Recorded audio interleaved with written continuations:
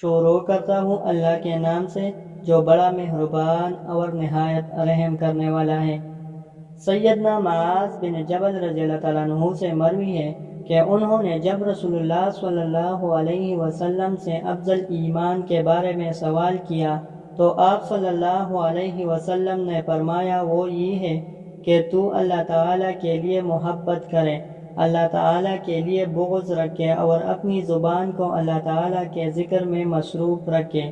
انہوں نے کہا اے اللہ کے رسول مزید کچھ فرما دے۔ آپ صلی اللہ علیہ وسلم نے فرمایا اور تو لوگوں کے لیے وہی چیز پسند کرے جو اپنے لیے پسند کرتے ہو اور ان کے لیے اس چیز کو ناپسند کرے جو اپنے لیے ناپسند کرتے ہو۔ ایک روایت میں ہے اور بلائی والی بات کہے یا پھر خاموش رہے۔ دوستو، اللہ تعالی ہمیں ان احادیث مبارکہ پر عمل کرنے اور اپنی زندگی کو سنوارنے کی توفیق دے۔